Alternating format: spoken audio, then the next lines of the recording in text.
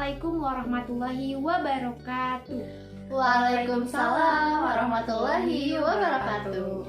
Nah, bagaimana kabar hari ini? Alhamdulillah baik. Masya Allah, semoga dimanapun kalian berada, hari ini semoga kalian di keadaan baik-baik saja ya. Amin. Nah, video kali ini kita akan membahas tentang satu topik yang sangat penting dalam kehidupan kita sehari-hari, apalagi dalam dunia perkawinan, yaitu topiknya tentang etika. Langsung saja ya teman-teman, kita perkenalan dulu karena ada peribahasa tak kenal maka tak sayang. Nah, perkenalkan, saya Eli Marlina, Saya Yayu Dewi Sartika, dan saya Siti Nurfitri Yuliani. Nah, pada dasarnya etika itu mempunyai peran penting terhadap kehidupan manusia. Nah, etika ini mempunyai arti yang sangat luas. Dari sisi manapun etika bisa diartikan. Nah, kalau menurut kakak-kakak di sini, etika itu apa? Boleh dari siapa? Dari Siti. Menurut saya, etika adalah kata yang berasal dari bahasa Yunani yang berarti ethos, yaitu sebuah karakter atau adat istiadat. Dalam etika ini berhubungan erat dengan individu atau sebuah kelompok yang dimana menjadi alat penilaian kebiasaan atau kebenaran, evaluasi terhadap sesuatu yang telah dilakukan. Nah, kalau menurut Kak Yayu, etika itu seperti apa? Artinya apa? menurut saya, pandangan saya sendiri bahwa etika itu merupakan suatu sikap atau sifat yang melekat pada diri kita, yang dimana itu kita yang mengendalikan. Jadi kalau kita baik, lingkungan kita pasti akan baik, gitu kan. Kalau misalkan kitanya kurang baik, berarti ada kesalahan juga pada lingkungannya, gitu. Nah, jadi teman-teman dapat disimpulkan bahwa etika itu suatu karakter yang sangat melekat di diri kita masing-masing yang akan berdampak kepada lingkungan kita. Jadi ketika kita beretika dan bermoral baik, lingkungan kita pun akan sama baik. Dan kalau misalnya kitanya kurang baik, pertanyakan lagi lingkungan kitanya ya. Nah, teman-teman, semua etika itu tidak mempersoalkan tentang keadaan manusia, karena keadaan manusia itu yang berbagai macam. Namun etika di sini mempersoalkan bagaimana cara kita sebagai manusia berperilaku. Karena perilaku itu ada buruk, ada baik. Bagaimana cara kita berperilaku itu diatur oleh etika. Ada juga istilah etiket. Etiket itu artinya sopan santun. Di antara kedua kata ini mempunyai perbedaan dan persamaan. Apa sih persamaan dari kedua kata ini, etika dan etiket? Boleh dari aku kayak ini. Menurut saya ya, kalau persamaan antara etika dan etiket itu sama-sama merupakan sebuah sikap, kan? Kalau perbedaannya itu, etika lebih ke perilaku kita terhadap lingkungan, jika etiket itu sama-sama perilaku kita terhadap lingkungan, tetapi perbedaannya lingkungan juga yang mempengaruhi kita, gitu. Salah satu contohnya nih, kita sedang jalan dengan teman dekat kita. Teman dekat kita itu mengetahui bahwa ada orang yang dia kenal, gitu, dan dia menyapanya. Nah, Saling menyapa ya, saling menyapa. Jadi dengan rasa sopan santun kita juga harus bisa menyapa dia, mengikuti. ya, sekalinya pun kita belum mengetahui dia itu siapa, gitu. Kalau menurut Kak Siti sendiri, persamaannya apa? Jadi menurut saya persamaan etika dan etiket itu adalah keduanya sama-sama menyangkut topik yang sama, yaitu manusia, dan keduanya pun sama-sama menyangkut kehidupan yang mengerti. Nah, seperti itu persamaan dari kedua kata tersebut. Lalu, setiap peraturan yang diberlakukan di masyarakat, pastinya ada seseorang yang ingin melanggar. Nah, pasti adanya peraturan untuk dilanggar. Jadi, apa sih yang menjadi faktor pengaruh terhadap seseorang untuk melanggar aturan tersebut? Ya. Boleh. Ya, jadi faktor yang pertama adalah kebutuhan pribadi. Kebutuhan pribadi ini adalah faktor utama yang menyebabkan terjadinya tindakan-tindakan yang tidak etis. Contohnya, yang pertama, melanggar lalu lintas dengan mendesak, dengan peraturan yang mendesak. Lalu yang kedua, ada cara yang berpakaian yang tidak sopan. Yang ketiga, ada juga seseorang yang yang bisa dibilang melakukan korupsi untuk kepentingannya pribadi. Nah, kalau menurut Kak Yayu sendiri, faktor apa sih yang mempengaruhi seseorang bisa melanggar peraturan? Menurut aku ya, selain yang tadi itu ada perilaku yang tidak bisa diperbaiki gitu. Dengan salah satu contohnya misalkan ada seseorang yang keluar masuk penjara nih karena dia melakukan kesalahan yaitu mencuri uang di toko. Karena dia telah keluar masuk penjara, ketika dia masuk penjara itu dia akan pemikirannya itu bakalan kepancing lagi buat melakukan tindakan itu dengan segala kehati-hatiannya gitu. Jadi dia punya strategi baru, di upgrade ya, di upgrade. Selain perilaku yang tidak bisa diubah itu ada lingkungan yang tidak etis, dimana salah satu contohnya itu membuang sampah sembarangan yang mengakibatkan terjadinya kebanjiran saat musim hujan.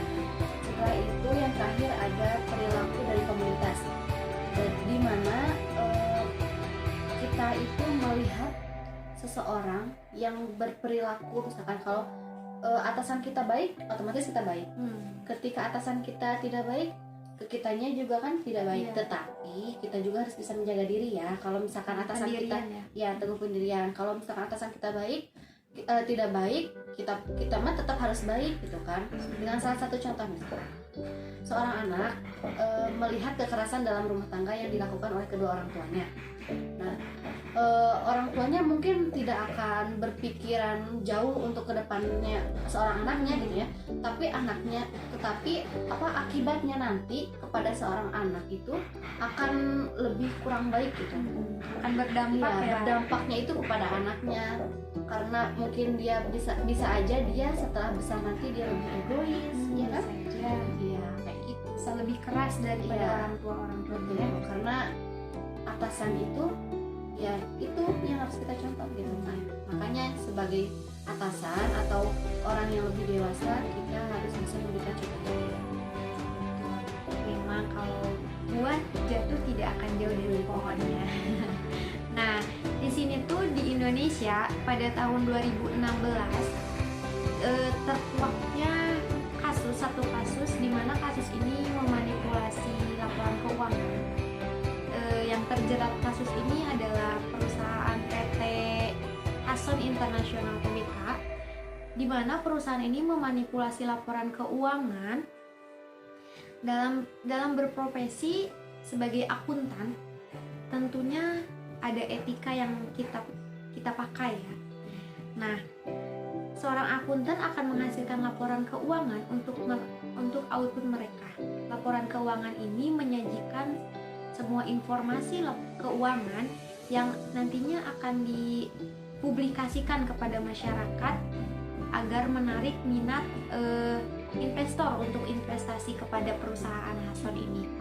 Nah, tetapi seorang akuntan ini memanipulasi laporan keuangan agar terlihat baik-baik saja laporan keuangannya. Padahal yang sebenarnya itu laporan keuangan Hason ini terjadi kerugian dan hutangnya itu besar, tetapi oleh akuntan publik ini dimanipulasi agar baik-baik saja. Nah, untuk menyikapi kasus ini ada beberapa faktor yang tadi disebutkan. Kasus ini tuh termasuk faktor apa yang mempengaruhi seorang akuntan ini untuk melakukan manipulasi laporan keuangan? Menurut saya itu ada masuk ke beberapa faktor gitu ya. Yang salah satunya itu faktor lingkungan yang tidak etis, di mana seorang atasan itu yang mempengaruhi akuntannya.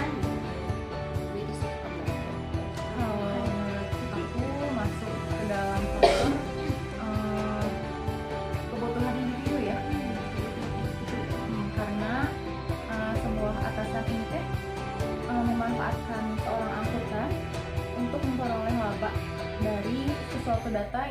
dipalsukan. Jadi Betul, itu kan betul. agar kebutuhan perusahaan itu terpenuhi ya. Nah, dari kasus ini tuh ada beberapa prinsip kode etik yang dilanggar tentunya ya. Prinsip ini tuh prinsip apa yang dilanggar dari kasus ini? Menurut saya ada prinsip integritas. Terdapat pelanggaran etika integritas di sini adalah ketidakjujuran pihak perusahaan mengenai laporan keuangannya. Nah, perusahaan ini terbukti melakukan kode etik menggunakan window dressing. Nah, kalau boleh tahu window dressing itu apa ya? Window dressing itu adalah suatu tindakan untuk melebih-lebihkan laporan keuangan yang dimiliki oleh perusahaan. Kalau menurut Kak Yayu itu bagaimana? Menurut saya, selain yang tadi itu ada sikap atau prinsip yang dilanggar, yaitu prinsip sikap profesional. Di mana seorang akuntan itu kan harusnya mengauditor perusahaan dengan rasa tanggung jawab ya. Tetapi pada kasus ini itu dia melakukan kecurangan, di mana kecurangan itu melaporkan laporan keuangan secara tidak real dan secara tidak profesional dalam melakukan penyelidikan atau pengumpulan data ini. Nah, prinsipnya juga masuk kepada prinsip kehati-hatian ya.